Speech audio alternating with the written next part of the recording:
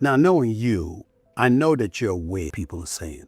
You're moving up in two-weight classes. You're the smaller man. Whatever you do, Terence Crawford, don't exchange against them. What do you feel you have to do?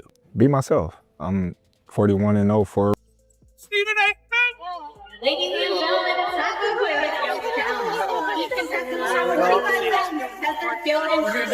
Mayweather was undefeated for the last half of his career. Floyd Mayweather's 50-0 record. He was the ghost in the ring, a defensive magician who made legends look ordinary. But then came one historic night, and with it, one statement that threatened to shatter that entire monument. The moment Terence Crawford's hand was raised against Canelo Alvarez after a masterful performance, the debate exploded. It wasn't just about who was better anymore, it was about whether Mayweather's entire era had just been eclipsed. Crawford is the best fighter on the planet. Pound for pound, he's that dude. In this four-belt era, he is now the undisputed world champion 3 times over. 140 pounds, 147, now 168 pounds, claiming all the belts. You don't see people doing that very often. Going up against a guy who was perceived as being bigger and stronger, Crawford was strong. Crawford was strong enough to fend him off, strong enough to make him respect his own power. He used his jab. He used his distance. He had poise in the ring. He wasn't rattled. He backed up and moved when necessary and kept his different. He exchanged enough to gain respect when necessary. It was a brilliant, brilliant, masterful fight. But the real shock came in the post-fight press conference. When asked to compare Crawford to his former opponent Floyd Mayweather, Canelo didn't hesitate with the world's media hanging on his every word. He stated plainly, compare and contrast the fight between yourself and Floyd Mayweather Jr. and tonight's bout with Terence "Bud" Crawford, if you can. No, I think Crawford is way better than Floyd Mayweather. Coming from the only fighter on the planet to share the ring with both men. This wasn't just an opinion. It was a bombshell that sent shockwaves through the sport. That single sentence ignited a debate that had been simmering for years, and it was about to draw a powerful voice into the fray. Stephen A. Smith, watching from the sidelines, was immediately captivated by what he witnessed. He, like many others, expected Crawford to use his technical skill and stay on the outside to outbox the bigger, stronger man. But that's not what happened. Appreciate Crawford making my prediction come through. Coming into the fight, I had him winning by decision. I thought he was the superior boxer. I thought he would be able to take a punch.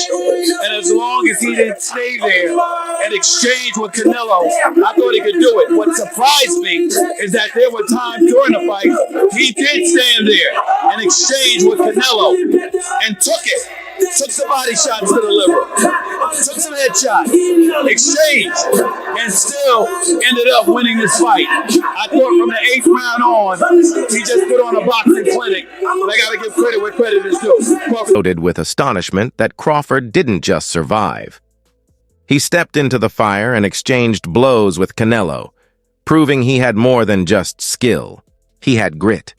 As Smith put it, what I didn't expect was for him to stand in there and exchange and survive. And he did that on several occasions.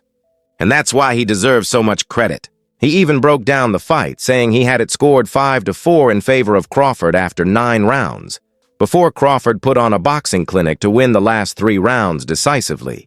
He absorbed Canelo's power and fired back, prospering in moments where a smaller man should have crumbled. A fighter because he's got a mean streak. He doesn't back up from anything. He's usually the superior boxer in the ring. He finds a way to win. No matter who he's going up against, no matter what power you have, what boxing skills you have, he is truly a generational kind of fighter. He wants to go in the ring and not just beat you, but show you he was a better man. And he's not one who believes that just a knockout does that. He likes outboxing you and showing you that his skill level is superior to yours. And he showed it tonight. Praised it as a masterclass. But while he was deeply impressed by the performance, he wasn't ready to dethrone the king just yet because he remembered a different kind of master. A phantom in the ring that Crawford, for all his heart, simply wasn't. Was undefeated for the last half of his career with one hand. He constantly broke his hand. Yeah. He would go into a ring knowing he had no shot at knocking somebody out because his hands were hurt too much, and literally walked in the ring and said, I'm going to embarrass you and humiliate you by showing the world you can't hit me. This is where Stephen A. Smith drew the line, making a crucial distinction that changes the entire argument. He reminded everyone that Floyd Mayweather was a defensive enigma, a magician whose primary goal was to win without getting hit. With hands that were notoriously brittle and damaged throughout the second half of his career, Floyd knew he couldn't rely on knockout power. This wasn't just a theory. It was a well-documented issue,